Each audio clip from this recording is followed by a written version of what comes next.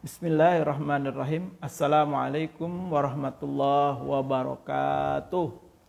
Alhamdulillah wassalatu wassalamu ala Rasulillah wa ala alihi wa sahbihi wa man walah, amma ba'du. Alhamdulillah, puja dan puji serta rasa syukur mari senantiasa kita panjatkan kepada Allah Subhanahu wa taala. Kenapa kita harus selalu memuja dan memuji Allah Subhanahu wa taala? Karena nikmat yang kita rasakan pada saat ini merupakan anugerah yang Allah kasih kepada kita. Orang yang beriman tentu tidak boleh lupa kepada orang yang memberikan kenikmatan kepada dirinya. Jangankan kepada Allah, kepada sesama kita saja, sesama manusia, sudah selayaknya kita mengingat orang-orang yang berbuat baik kepada kita. Sudah sepatutnya kita mengingat jasa-jasa orang-orang yang berbuat baik kepada kita. Agar apa? Agar kita bisa mencontohnya, agar kita bisa membalasnya di kemudian hari dengan kebaikan yang lebih baik lagi. Itu jika sesama manusia. Bagaimana mungkin dengan Allah yang maha memberi kenikmatan kepada kita, kita lupa. Ya. Maka sebagai orang yang beriman, kita harus selalu bersyukur kepada Allah dengan cara menggunakan nikmat yang Allah berikan sesuai dengan apa-apa yang Allah inginkan dari kita. Allah memberikan kita kenikmatan hidup agar kita selalu memperbaharui niat kita untuk sesuatu yang lebih bernilai, untuk sesuatu yang lebih tinggi derajatnya di sisi Allah, agar bekal kita nanti itu cukup menghadap Allah. Walaupun kita ketahui sebanyak-banyaknya bekal kita, pasti itu bukan satu-satunya yang menentukan kita masuk ke surganya Allah. Tapi paling tidak ketika kita punya semangat untuk memperbanyak bekal, itu menjadi menjadi nilai plus buat kita ketika kita menghadap Allah Subhanahu wa taala. Biar nanti Allah yang akan memberikan kita kebijaksanaan dengan keputusannya, apakah kita layak masuk ke surganya atau kita masuk ke nerakanya. Tentu kita memohon kepada Allah agar kita dipantaskan, dilayakkan oleh Allah untuk masuk ke surganya. Ini yang pertama. Yang kedua, kita bersolawat kepada Rasulullah Sallallahu Alaihi Wasallam. Allahumma salli ala Muhammad wa ala ali Muhammad. Allahumma salli ala Muhammad wa ala ali Muhammad. Allahumma sholli ala Muhammad wa ala ali sayyidina Muhammad. Bersolawatlah sebanyak-banyaknya, karena solawat yang kita baca itu akan disampaikan oleh Allah kepada Rasulullah, dan Rasulullah pun dengan izin dari Allah menjawab selawat kita kepadanya. Satu kali bersolawat mendapatkan 10 kebaikan. 10 kali bersalawat maka akan dikali 10 lagi. Alhamdulillah ya. Alhamdulillah. Mari kita selalu bersalawat. Jangan bosan-bosan dan jangan pernah kita meninggalkan salawat kepada Rasulullah SAW. Ustadz, saya udah salawat setiap sholat. Ya, itu udah bagus. Tapi mari kita tingkatkan. Jangan berhenti pada saat sholat saja. Ya, tapi juga harus di luar waktu sholat. Kita perbanyak sholawat. Agar apa? Agar senantiasa kita dicintai oleh Rasulullah.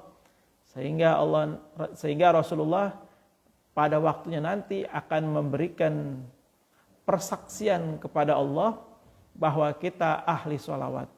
Bahwa kita umatnya. Bahwa kita layak mendapatkan syafaat dari beliau. Mudah-mudahan kita, keluarga kita, dan orang-orang yang kita sayangi semuanya diakui sebagai umat Nabi Muhammad dan layak mendapatkan syafaat dari Rasulullah Sallallahu Alaihi Wasallam. Baik, selanjutnya kita coba membicarakan tentang hari Jumat. Sekarang kita sudah berada di hari Jumat.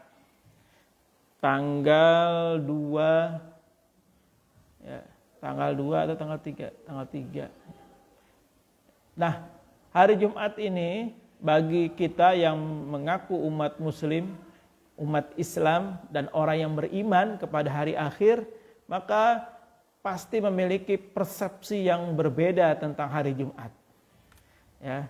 Kalau orang-orang Nasrani, orang-orang Kristen, dia memiliki hari yang istimewa, yaitu hari Ahad, hari Minggu. Itu kepercayaan mereka, itu sah-sah saja bagi mereka. Tapi seyogianya orang Islam yang mengaku beriman kepada Allah dan hari akhir, tentu ada juga hari spesialnya, yaitu hari Jumat, Sayyidul Ayyam, penghulu daripada hari. Hari Jumat ini menjadi istimewa, menjadi spesial bagi kita karena banyak sekali keterangan yang menyebutkan bahwa hari Jumat itu penuh dengan keutamaan-keutamaan. Hari Jumat itu banyak terjadi peristiwa-peristiwa besar. Yang mana kalau kita mau baca, ya kita cari tahu tentang peristiwa-peristiwa itu, banyak sekali hikmahnya. Banyak sekali manfaatnya yang dapat kita ambil sehingga kehidupan kita bisa lebih baik lagi. Sehingga beragama kita beragama yang lebih baik lagi, lebih dekat kepada Allah, lebih dekat kepada Rasulullah, ya. Nah, suatu hari sahabat menanyakan, "Ya Rasul, apakah sholawat saya sampai kepadamu?" Ya. Lalu Rasulullah menyampaikan dalam keterangannya bahwa Allah mengembalikan ruhku kepada jasadku sampai aku membalas salam setiap umatku. Nah, dari keterangan hadis ini sangat jelas bahwa orang yang menjawab, orang yang bersolawat kepada Rasulullah itu pasti dijawab oleh Allah, dijawab oleh Rasulullah.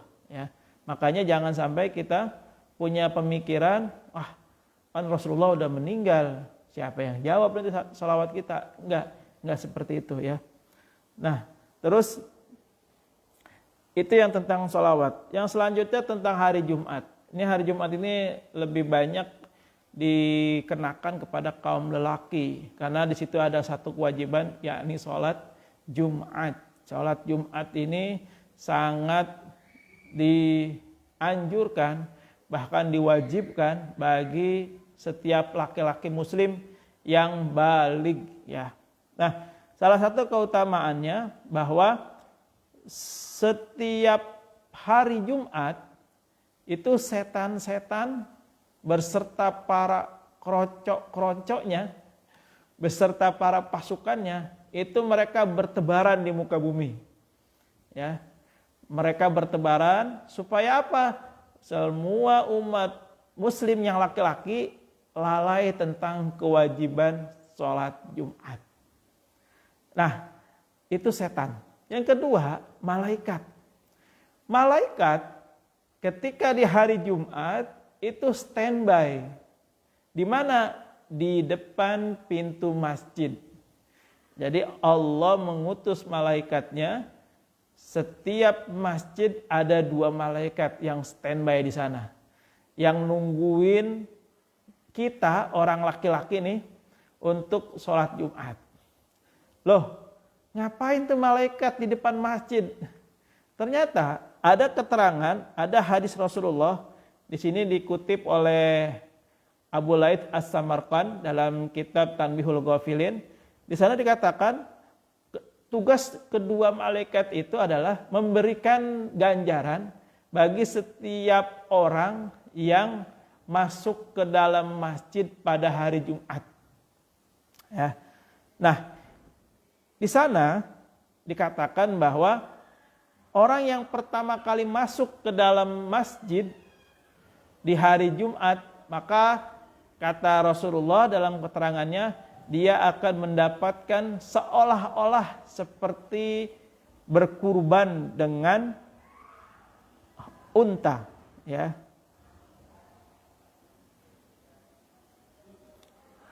Berkurban dengan unta. Nah, unta ini itu menjadi kendaraan yang sangat mewah pada saat itu. Maka dianalogikanlah orang yang pertama kali yang datang ke masjid untuk mengerjakan sholat Jumat itu seolah-olah seperti berkurban dengan unta. Nah, kalau sekarang di zaman kita mungkin dengan kendaraan yang paling mahal, ya misalnya Lamborghini atau Ferrari atau apalah jenisnya, pokoknya jenis kendaraan yang paling mahal. Nah, orang yang datang ke masjid lebih awal itu kata Rasulullah seperti dia berkurban, bersedekah dengan kendaraan yang paling mahal. Itu yang selanjutnya. Nah, ternyata di keterangan yang lain itu bukan hanya datang lebih awal, tapi juga duduknya yang paling dekat dengan imam, yang paling dekat dengan khatib, ya. Jadi orang-orang yang datang lebih awal ke masjid, kemudian duduknya dekat dengan imam, dekat dengan khatib, maka dia akan mendapatkan orang yang berkurban dengan unta tadi. Nah, kemudian beberapa saat kemudian golongan yang kedua masuk ke masjid. Nah, itu kata Rasulullah itu tidak lagi sebesar unta, tapi juga lebih kecil. Misalnya katakanlah sapi. Nah, dia berkurban dengan sapi. Terus beberapa saat kemudian yang datang ke masjid dia mendapat balasan seperti berkurban dengan kambing. Terus beberapa saat kemudian sampai yang terakhir datang saat khutbah berlangsung, disitulah malaikat yang bertugas di masjid meninggalkan masjid itu. Artinya apa? Orang-orang yang datang ke masjid di akhir atau pada saat khutbah berlangsung, dia tidak mendapatkan balasan sedikit pun dari sholat Jumatnya. Loh, kok begitu Ustadz? Ya, kalau mengikuti redaksi hadis ini. Tapi sekali lagi, orang yang datang ke masjid yang saat khotib berlangsung atau khutbah berlangsung, itu dilihat alasannya apa. Sengaja atau tidak, ya, dibuat-buat atau tidak. Kalau sengaja diakhirkan datangnya, sengaja terlambat datangnya ke masjid, maka itu sudah pasti ditinggal oleh malaikat. Dia tidak mendapatkan pahala daripada hadirnya di masjid itu. Lalu bagaimana dengan sholat Jumatnya? Sholat Jumatnya sah. Ya, dengerin khutbahnya bagaimana? Dengerin khutbahnya sah. Tapi yang memberikan ganjaran tadi, yang dua malaikat itu sudah terlepas, sudah tidak mencatat lagi. Nah, ini salah satu gambaran bagi mereka-mereka yang mengutamakan hadir saat sholat Jumat, ya. Dan biasanya orang-orang yang sholat Jumatnya lebih awal itu memang orang-orang pilihan, orang-orang yang memang keimanannya lebih tinggi, keimanannya lebih bagus daripada yang sering mengakhirkan. Hati-hati, orang-orang yang suka mengakhirkan sholat Jumat, meremehkan sholat Jumat, itu mendekati kemunafikan, ya, mendekati daripada sifat-sifat orang munafik, ya, hati-hati.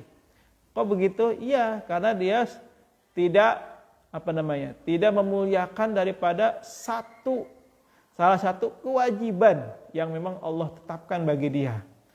Nah, biasanya orang-orang yang tidak menghiraukan kewajiban itu orang-orang munafik.